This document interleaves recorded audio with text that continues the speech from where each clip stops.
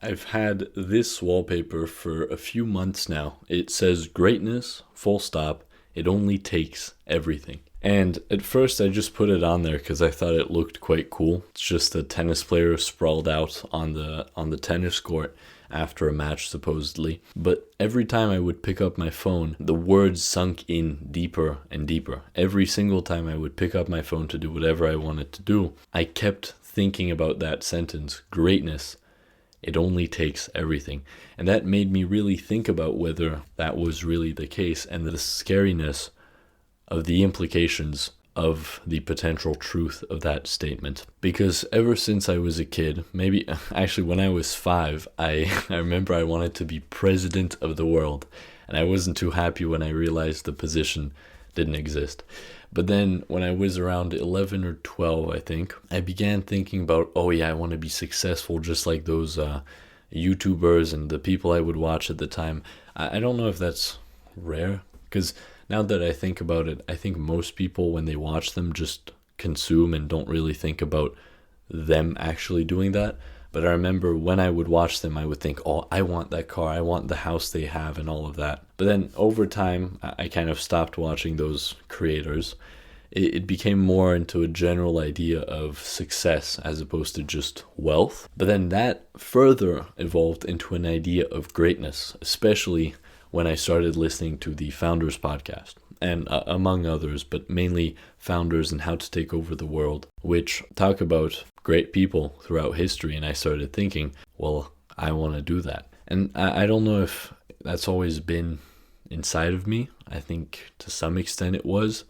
But then it was also definitely, you could say, awakened by beginning to consume this content. And I was frankly surprised when I realized that most people don't really feel that way. Most people are happy with a regular existence. There's a guy I know who's immensely smart, has an enormous amount of potential. Everyone does, but extraordinary amounts of potential, but does not feel the same urge for greatness or even being more than even just average, right? Not even surpassing yourself, surpassing the greatest men of history, men and women of history.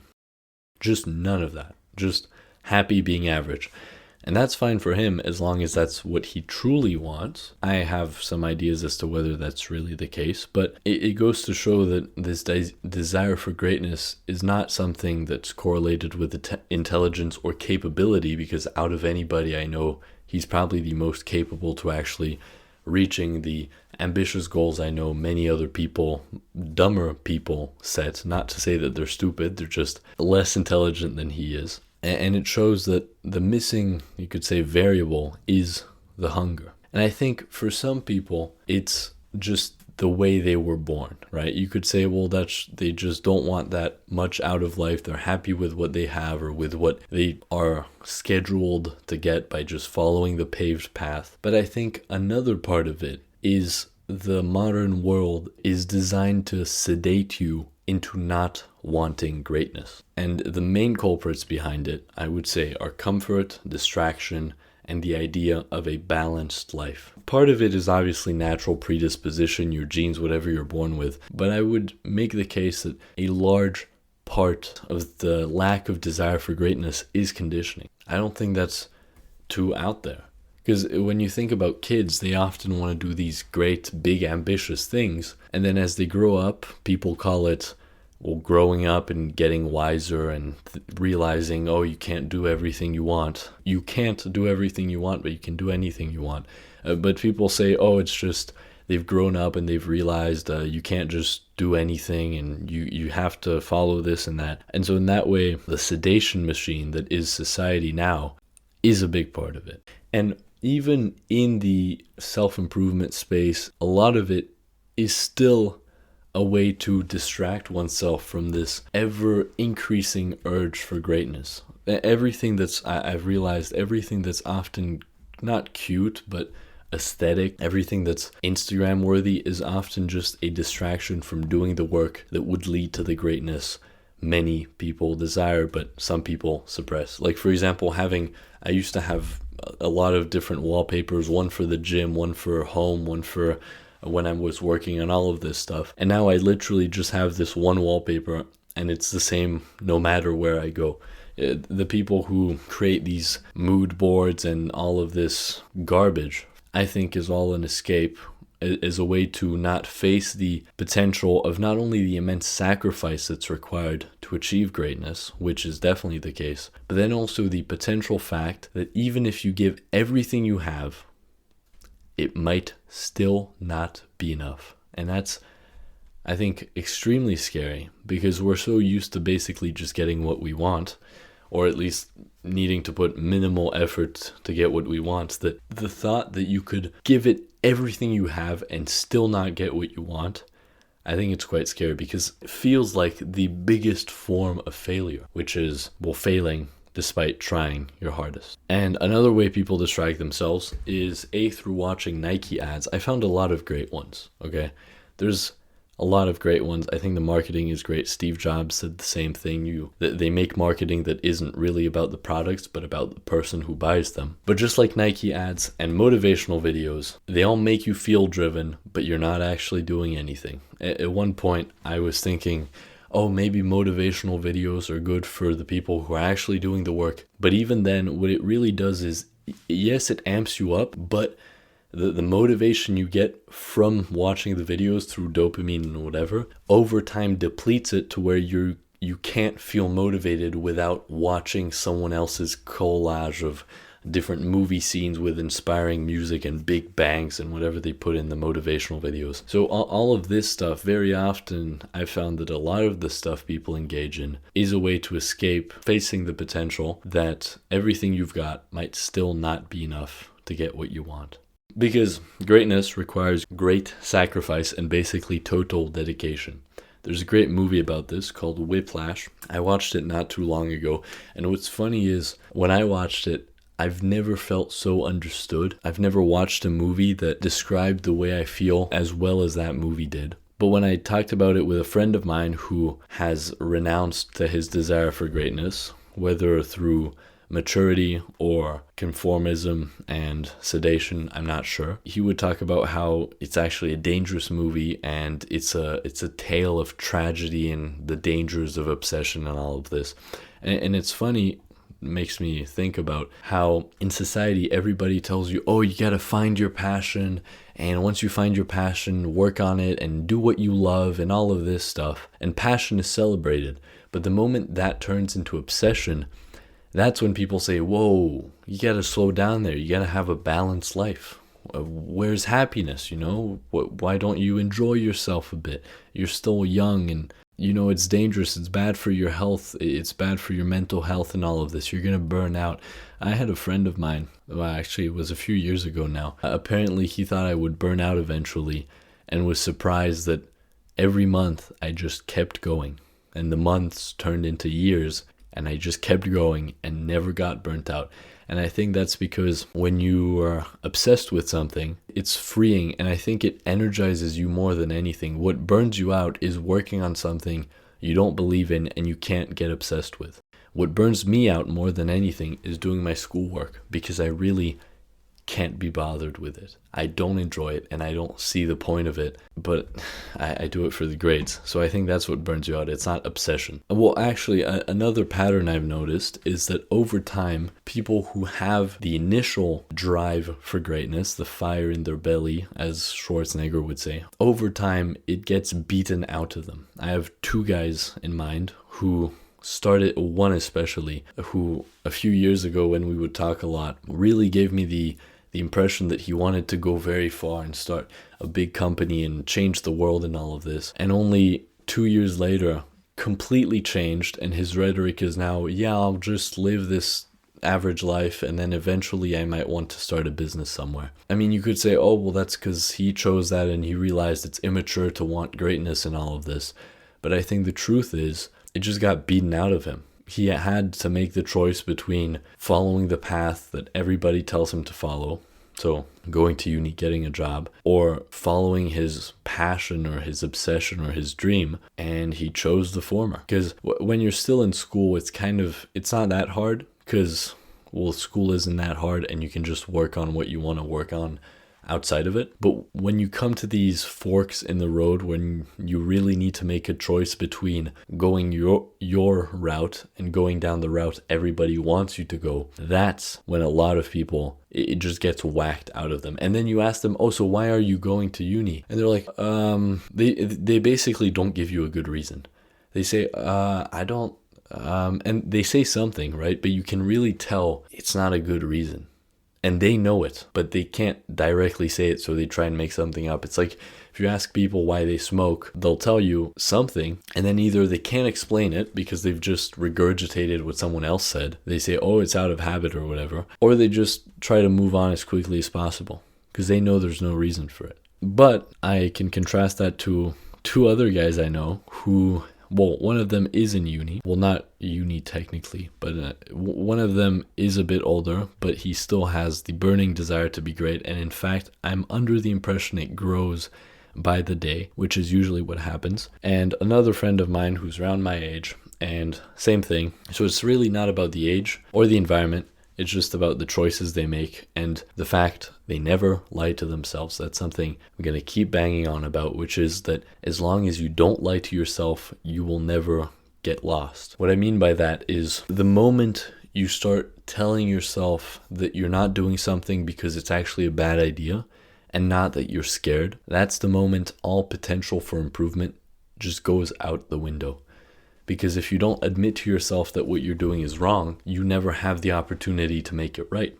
If you just think what you're doing is the right, rational, logical, perfect decision, then why would you make a different decision? So say you don't want to go to uni and you want to become a painter. If you go to uni anyway, but deep down you know this isn't what you want to be doing and you'd rather be painting, and you still kind of do, but you would rather paint full time and just even if you had to live on the street, you'd rather do that and have the time to go to painting exhibitions or find a potential, I don't know, they're called handlers, the people who, agents, someone who to take care of your art. But you're in uni and every time you have to wake up at 6 to go to class, you just keep thinking about it.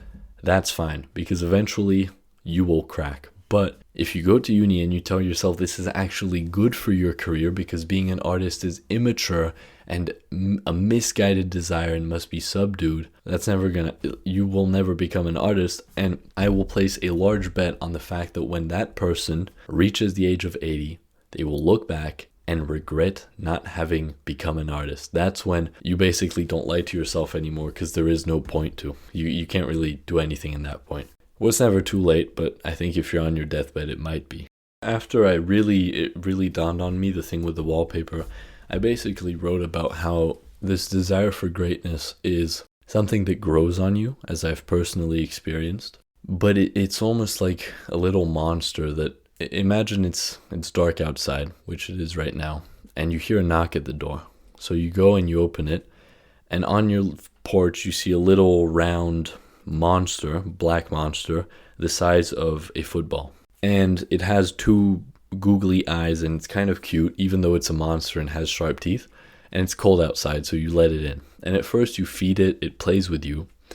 But then before you know it, it's eaten your feet, your legs, your hands, and then it's swallowed you whole to where you basically can't help yourself but work on your obsession. And that's what it feels like, and that's why, frankly, it might be a good thing that most people don't have that desire. I think out of all the people, not on Earth, but in the more wealthy nations, maybe 90% of people want to be above average. In fact, most people consider themselves to be above average, even though that's not the case. I mean, it mathematically can't be.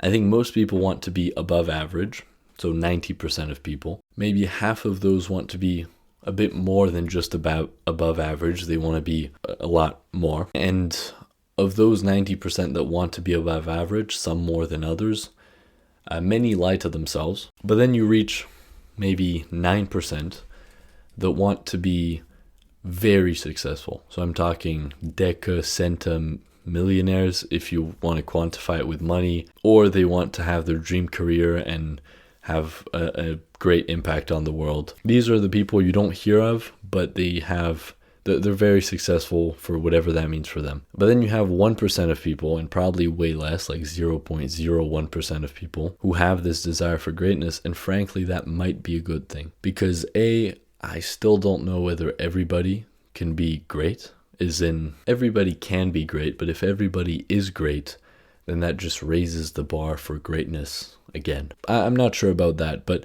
what I am sure about is that for most people, this unending pressure and compulsion to become great would just destroy them. I mean, it's gotten to the point, it sounds like an addiction, which it most likely is. It's gotten to the point where just sitting, on Christmas Eve, right? Christmas Eve. And we just finished dinner and they put a movie on the TV and like my family, and they started watching it. And I just sat there watching the movie. It's not a bad movie, but the whole time I was just thinking about, man, I should be in the other room writing my book. It's gotten to the point where you can't really enjoy these, say, guilty pleasures because the whole time you have this voice in your mind that just demands for more. And every time you do something that you know is capping your potential, you just don't like it. When you're unproductive, you feel bad, which I think is a good thing because I want to be great. But for most people, might not be. But yeah, most people never feel this, or it's stamped out early or late, but it eventually is for most people. I've come up with a little system or a few recommendations if you fall into this camp of desiring greatness. The first thing is to really focus, because one thing I've noticed among all of the greatest people of history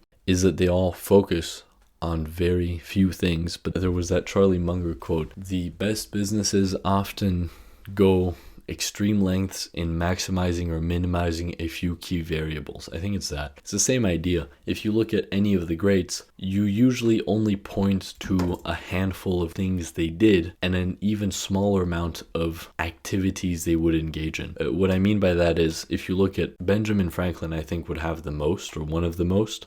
But for most people, they were either a conqueror or an inventor like Edison, or a designer like Dyson or Steve Jobs. They weren't really designers, but they designed products. Or they were just people who sold stuff and made a lot of money. Or they were painters, Picasso, or they were car makers like Ferrari, or they created great systems for manufacturing like Toyota or Ford, all of this stuff. They often didn't work on 1,000 different things. You very rarely hear about their hobbies in their biographies because they, in fact, didn't have any hobby. All they really did was wake up, work on whatever they work on, so cars or paintings or photography or conquering the world, spend time with people, eat, do the regular human things, and then go to bed. And maybe exercise and a few practices like meditation quite often, stuff like that. But you will rarely hear, oh yeah, this conqueror also enjoy doing these 20 other things. They might have a few hobbies. I know that I think Churchill would paint. So you have that kind of stuff, but I'm pretty sure the reason he would paint was to help him think about what he was doing at work for him, which was politics and all the rest. So very often, even the hobbies they have are just there to serve their mission, the thing they dedicate their entire lives to, and the thing that makes them great. And so in alignment with that, what used to be a lot of different goals and a lot of different things to keep track of have now been boiled down in my life to just 3 priorities, 2 of which are for the mission, and a third one which is also for the mission, but a supporting kind of priority. It's similar if you set goals on a monthly basis instead of a yearly basis. You could set one goal, which is a must-have, something you definitely must achieve for this month to be successful, and then 2 nice-to-have. So the must-have might be getting in shape, and then the 2 nice-to-haves would be getting a promotion and improving your relationship with your significant other. For example, right? So you would be willing to let go of the nice-to-haves in order to get in shape. Finally, only doing the work counts. I think that's a very important lesson I've learned recently, which is thinking about the work or planning or strategizing or dreaming or doing anything about the work is not actually doing the work. Thinking about the work is not doing the work. Strategizing about the work is not doing the work. Worrying about the work is not doing the work. Procrastinating from the work is obviously not doing the work. The only thing that is doing the work is just doing the work. That's basically it. Only doing the work counts. For a tennis player, that's hitting the ball and getting better at it. For someone who does business, it's whatever your role is, maybe sales, maybe the product, whatever you want to do. But it's basically only doing the work. So I think it would be interesting for you to think about, what do you want to do with your life? I know that's a big question, but that's what we're here for. What do you want to do with your life? How far do you want to take it? And are you willing to pay the price to get there?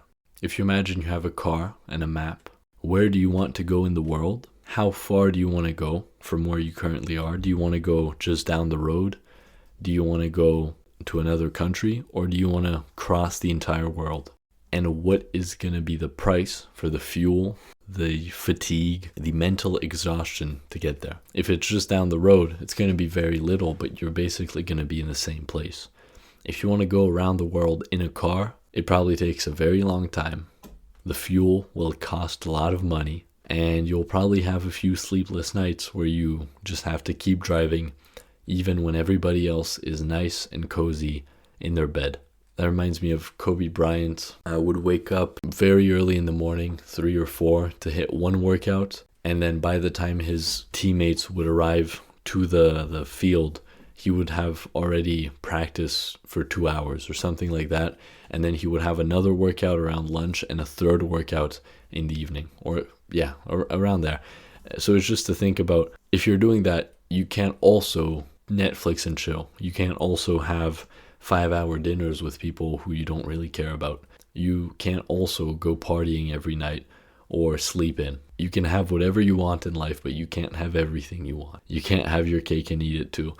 I really don't like that saying, because I think in a way it makes you want less out of life. Yet at the same time, it quite often is the case in these more mutually exclusive arenas. Anyways, that's it.